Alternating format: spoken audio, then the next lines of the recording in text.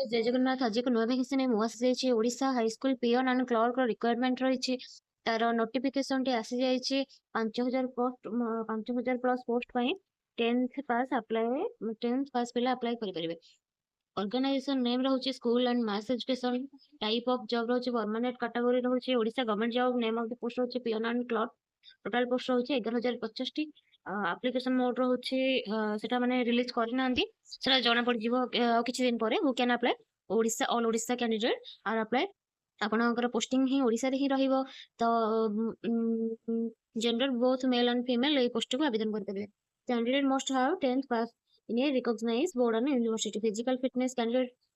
हर माने physical test माने सेमति किछि तो नाही नॉलेज एंड लोकल लैंग्वेज रहबो ओडिया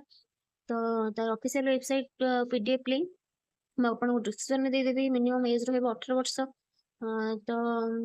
सैलरी केते कोन सेटा किछि मेंशन हेबे नाही तो सिलेक्शन प्रोसेस रहबो तार एप्लिकेशन सबमिट रहबो तो तार रिटन एग्जामिनेशन रहबो तापर इंटरव्यू रहबो तापर डॉक्यूमेंट वेरिफिकेशन रहबो तापर आपण एही जॉब टी को पाई परिबे आपण ओडिसा भीतर ही जॉब टी करि परिबे। तो एक तो थिला तार अपडेट मु आपण को एहर ऑफिशियली लिंक टी मु आपण को डिस्क्रिप्शन में दे देबी एति रहउची। जय जगन्नाथ।